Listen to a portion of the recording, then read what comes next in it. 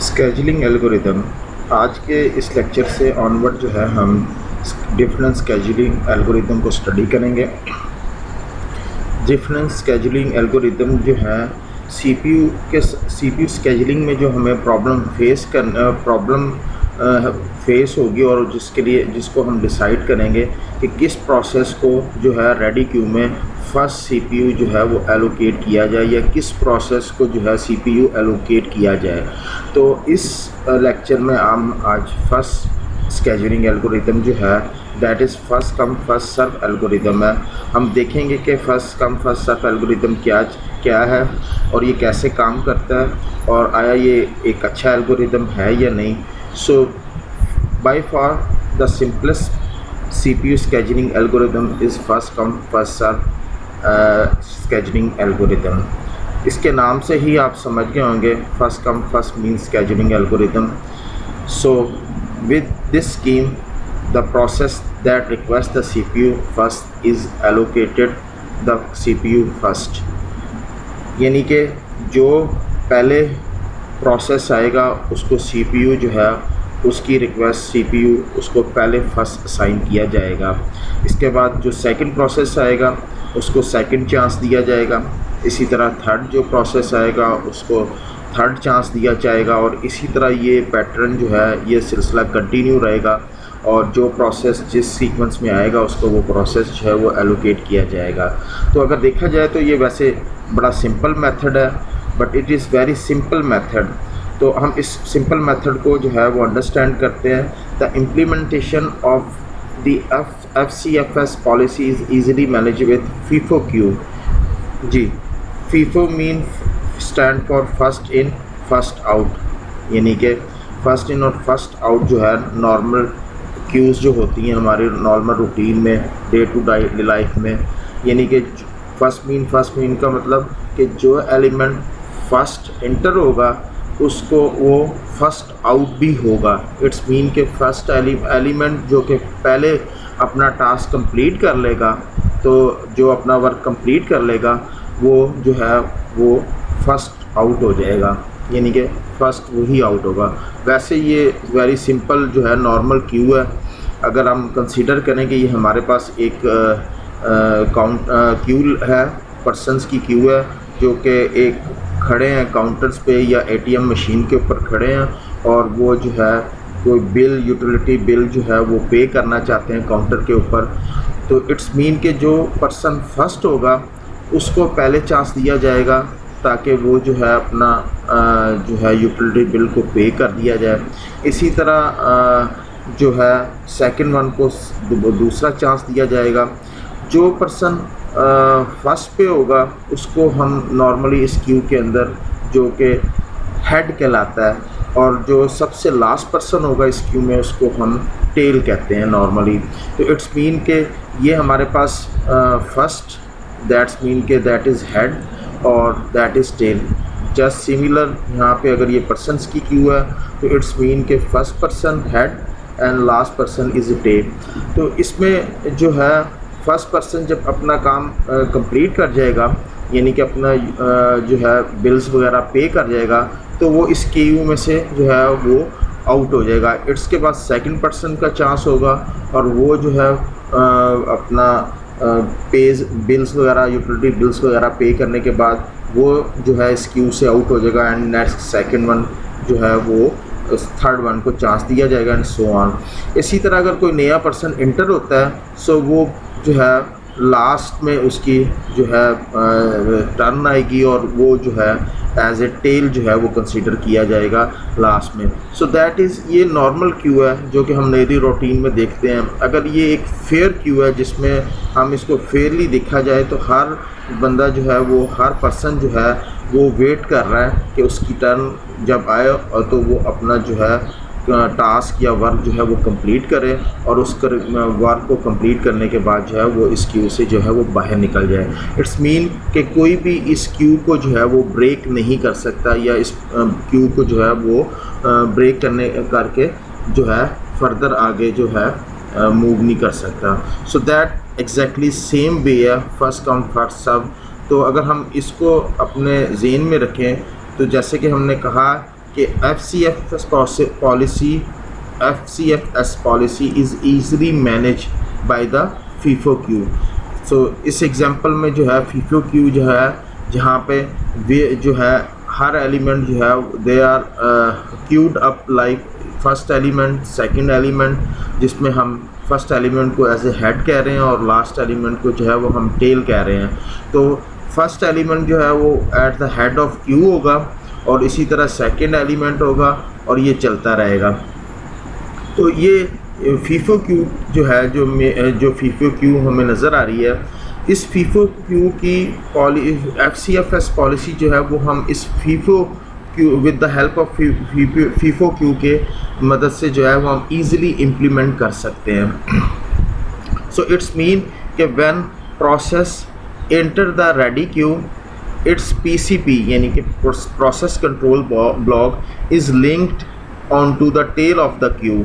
यानी कि हम जैसे हम स्टडी कर चुके हैं कि प्रोसेस की जो है वो डिफरेंट स्टेट्स होते हैं, वो प्रोसेस जो है वो डिफरेंट स्टेट्स में होता है और हमें पता भी है कि जब प्रोसेस एग्जीक्यूट होता है फर्स्ट ऑफ ऑल वो जो है रेडी क्यू में आपके पास अवेलेबल होता है।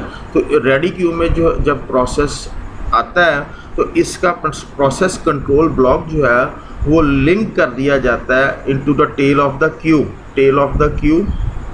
तो उसके बाद जो है हम फॉलो करते हैं FCFS पॉलिसी को। इट्स मीन कि when CPU is free it is allocate to the process at the head of the queue. It's mean कि ये आपकी क्यू है जो हम फीफो क्यू की बात कर रहे हैं। तो जैसे ही एलिमेंट इंटर हुआ उसका PCB कंट्रोल ब्लॉक जो है फर्स्ट ऑफ ऑल वो लिंक कर दिया गया है इसके साथ टेल ऑफ द क्यू। जैसे ही अब ये CPU जो है अवेलेबल होगा, जैसे CPU फ्री होगा तो उस प्रोसेस को जो है क्या कर दिया जाएगा, उस प्रोसेस को जो है CPU एलोकेट कर देगा। इट्स मीन कि when queues are process are queued up, इसमें क्यू प्रोसेस जो है वो आपके क्यूड अप हुए हैं, तो ये तमाम के तमाम प्रोसेस वेट कर रहे हैं। किसके वेट कर रहे हैं कि CPU जो है वो फ्री हो, और जब जैसे ही CPU फ्री होगा तो इट्स मीन कि उनको एलोकेट कर दिया जाएगा। But first one is head, तो इट्स मीन कि जो हेड पे आपका प्रोसेस होगा that will be allocate to the CPU और CPU जो है वो उसको एलोकेट कर। जब पहले प्रोसेस को जो हेड पे प्रोसेस था उसको जैसे ही हमने CPU एलोकेट कर दिया गया, इट्स मीन कि सेकंड एलिमेंट जो है that become the head of the queue. अब सेकंड एलिमेंट जो रह गया था, क्योंकि फर्स्ट प्रोसेस जो है that is removed, the running process is then remove from the queue, that is the running process जो कि हमने क्यू में से रिमूव कर दिया क्योंकि CPU इसको एलोकेट हो गया और नाउ दैट आर रनिंग, तो that's why that is remove from the Q से इसको रिमूव कर दिया गया। But the second element will become the head of the Q. So on, जब ये प्रोसेस कंप्लीट हो जाएगा, ये रिलीज़ कर देगा CPU को, तो नेक्स्ट चांस जो है वो हम हेड पे जो प्रोसेस होगा उसको CPU असाइन कर दिया जाएगा। इसी तरह ये चलता जाएगा।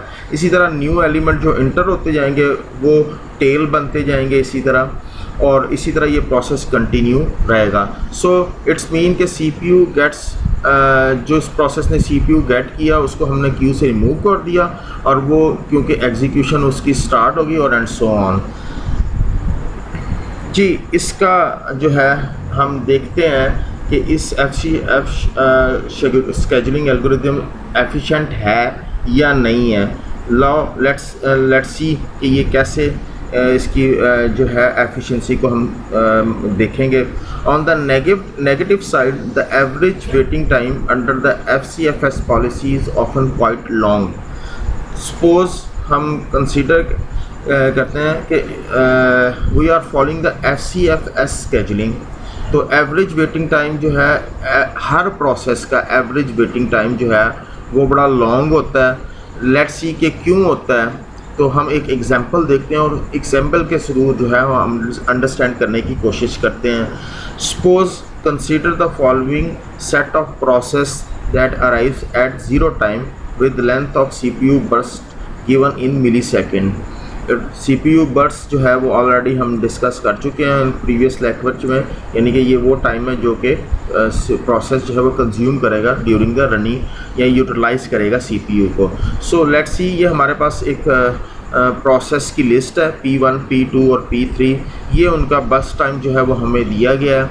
तो अब हम देखेंगे कि एवरेज टाइम जो है वो कैसे कैलकुलेट करते हैं। Suppose if the process arrive in the order P1, P2, P3 and are served in FCFS order, we get result the shown in the following Gantt chart. अब हम देखेंगे एक चार्ट की, गांट चार्ट की हेल्प से कि ये प्रोसेस कैसे जो है फॉलो हमने किसको करना है, FCFS ऑर्डर को फॉलो करना है, जो कि अभी हमने डिस्कस किया, यानी कि first come first serve order को जो है वो हमने फॉलो करना है। सो लेट्स सी कि हम देखते हैं कि किस तरह इसकी एग्जीक्यूशन होगी।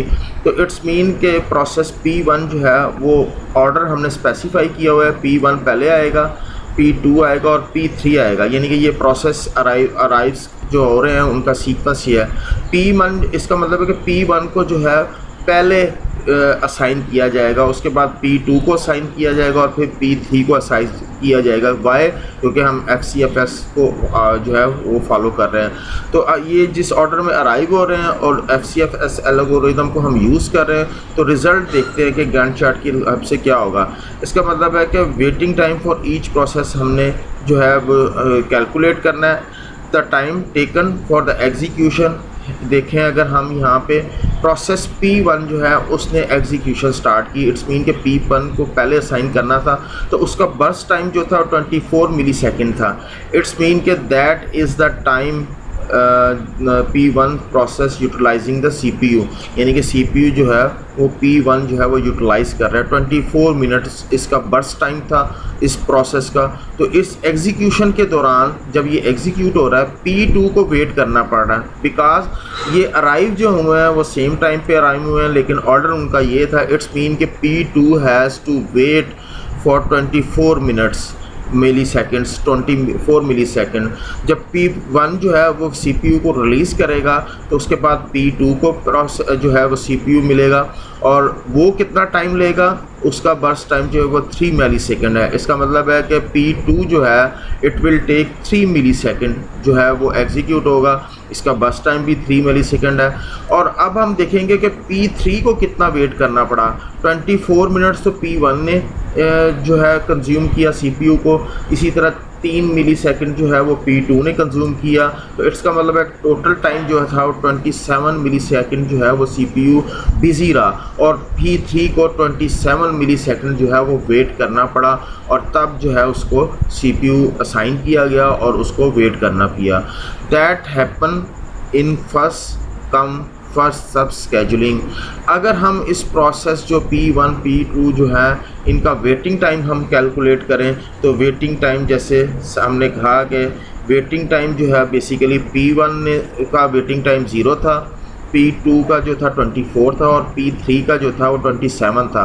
तो एवरेज वेटिंग टाइम ये था कि आपने सम अप किया तीनों वेटिंग टाइम्स को और उसको टोटल प्रोसेस 3 थे तो उसको 3 पे डिवाइड किया, तो इसका मतलब है 17 मिली सेकेंड जो है that is the average waiting time जो है वो हमारे पास कैलकुलेटर। तो एक एग्जांपल और देखते हैं, सेम प्रोसेस हैं बट इनके ऑर्डर जो हैं वो दे आर डिफरेंट। इनके अगर हम दें, if the process arrive in order P2, P3, P1, however the result will be shown as in the following Gantt charts। तो अब हम देखते हैं कि इसका क्या इम्पेक्ट पड़ता है जी। अब हम इस एग्जांपल में अगर हम देखें तो P2 जो प्रोसेस है उसका जो है वो उसका ऑर्डर जो है अराइवल टाइम अराइव जो है दैट इज़ फर्स्ट। तो इसका मतलब है कि P2 को जो है फर्स्ट अराइव हुआ है तो इसको वेट नहीं करना पड़ा और इसको CPU जो है फ़ौरन एलोकेट कर दिया गया और उसने अपनी एग्जीक्यूशन स्टार्ट कर दी। इट्स मीन कि उसका बर्स्ट टाइम 3 मिली सेकेंड था, 3 मिली सेकेंड उसने एग्जीक्यूट हुआ। उसके बाद जो नेक्स्ट प्रोसेस अराइव हुआ दैट इज़ P3 और P3 जो है उसको CPU एलोकेट कर दिएगा। P3 को जो है वो 3 मिलीसेकंड जो है वेट करना पड़ा, और उसके बाद उसने अपनी एग्जीक्यूशन स्टार्ट की और कंप्लीट हुई। जब उसने CPU रिलीज़ किया तो P1 को एलोकेट कर दिया, और P1 को जो है वो 6 मिलीसेकंड जो है वेट करना पड़ा, क्योंकि 6 मिलीसेकंड तक P3 की एग्जीक्यूशन थी, तो दैट्स वाई कि P1 को 6 मिलीसेकंड तक जो है वो वेट करना पड़ा। तो इस केस में हम देखते हैं कि एवरेज वेटिंग टाइम क्या होगा। तो वेटिंग टाइम जो P1 का था वो 6 मिलीसेकंड था, ये आपके सामने है। इसी तरह P0 जो है P2 का जो था, P2 जो है वो फर्स्ट अराइव था, उसको वेट ही नहीं करना पड़ा, इट्स मीन उसका वेटिंग टाइम 0 था। P3 जो था उसको 3 मिलीसेकंड जो है वो यहाँ से स्टार्ट हुआ, इसका मतलब है कि उसको 3 मिलीसेकंड जो है वेट करना पड़ा। तो तीनों का एवरेज वेटिंग टाइम आप सम अप करें वेटिंग टाइम तीनों का, और उसको 3 पे अगर डिवाइड करें तो इट्स मीन कि 3 मिलीसेकंड जो है वो हमारे पास इसका जो है वेटिंग टाइम कैलकुलेट हुआ। इस एग्जांपल में हम देख सकते हैं एवरेज वेटिंग टाइम जो है वो काफ़ी रिड्यूस हो गया है। जैसे कि प्रीवियस एग्जांपल में 17 मिलीसेकंड था, तो और प्रोसेस भी सेम है, लेकिन उनके ऑर्डर डिफरेंट है। तो हम देख सकते हैं कि ऑर्डर जो है डिपेंडिंग अपॉन द ऑर्डर जिस पे वो अराइव हो रहे हैं प्रोसेस, और depending upon their burst time, average waiting time जो है FCFS एल्गोरिथम में जो है वेरीज करती है ग्रेटली, यानी कि बहुत ज़्यादा वेरिएशन है अगर उसका बर्स्ट टाइम और ऑर्डर सीक्वेंस जो है उनके ऊपर डिपेंड कर रहा होता है। जैसे कि हमने देखा कि हमने ऑर्डर चेंज किया, तो ऑर्डर चेंज होने के बाद प्रोसेस के उसका एवरेज वेटिंग टाइम भी जो है वो रिड्यूस हो गया। सो दैट्स मीन कि this reduction is substantial, thus the average waiting time under an FCFS policy is generally not minimal and may vary substantially if the process CPU burst times vary greatly। तो it's mean कि reduction हमने देखी दोनों examples में, कि दोनों examples में difference जो है फर्स्ट और सेकंड एग्जांपल में एवरेज वेटिंग टाइम जो है वो 17 और 3 है, दैट इज़ ग्रेट डिफरेंस जो है। तो एवरेज वेटिंग टाइम जो है वो average waiting time is not minimal generally, जो है it may very substantially depending upon किसके ऊपर डिपेंड कर रहा है, burst time of the process और उनका ऑर्डर ऑफ अराइवल पे डिपेंड कर रहा है। दैट इज़ रिमेंबर कि ये चीज़ जो है कंसीडर की जाती है जी। Note also that FCFS scheduling algorithm is non-preemptive जैसे कि हम पहले डिस्कस कर चुके हैं प्रीएम्प्टिव और नॉन प्रीएम्प्टिव का। तो प्रोसेस जो है वो एग्जीक्यूट हो रहा है CPU के अंदर, और प्रोसेस जो है स्टॉप ये कर दिया जाता है बाय सम अदर प्रोसेस, और उस प्रोसेस को जो है CPU दूसरे प्रोसेस को CPU जो है वो दे दिया जाता है। तो प्रीवियस प्रोसेस जो था वो स्टिल एग्जीक्यूट हो रहा था, उसने अपनी जो है वो एग्जीक्यूशन कंप्लीट नहीं की थी। तो प्रोसेसर था या CPU था is taken away from that process, so that is pre-emptive technique या प्रीएम्प्टिव स्केजुलिंग कहते हैं। बट वहाँ एक और है कि एक प्रोसेस जो है वो CPU होल्ड किया और एग्जीक्यूट कर रहा है, लेकिन CPU उससे never taken away from that process जब तक कि उसकी एग्जीक्यूशन या कंप्लीट ना हो जाए या उसका वेटिंग आयो जो है वो वेटिंग आयो में ना चला जाए। तो दैट इसको हम नॉन प्रीएम्प्टिव टेक्निक कहते हैं, यानी कि उससे CPU लिया नहीं जाएगा। तो फर्स्ट कम फर्स्ट एल्गोरिथम जो है इज़ नॉन प्रीएम्प्टिव, इट्स का मतलब है कि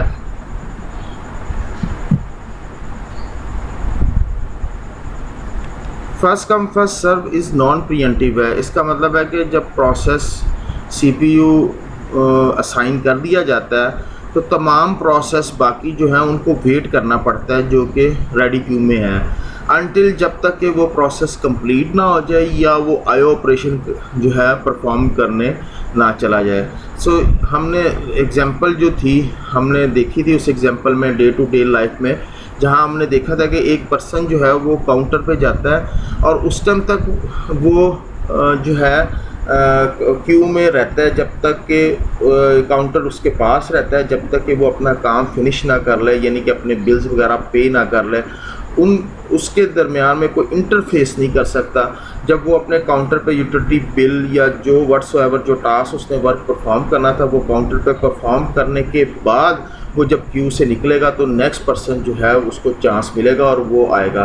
तो ये है FCFS follow the same policy, यानी कि आपके पास ये जो एल्गोरिदम है इसमें FCFS पॉलिसी जो हम जिसकी बात कर रहे हैं वो इसी तरीके को या इसी मैकेनिज़्म को फॉलो करती है। So once the CPU has been allocated to a process, the process keep the CPU until it release the CPU either by terminating or by requesting IO।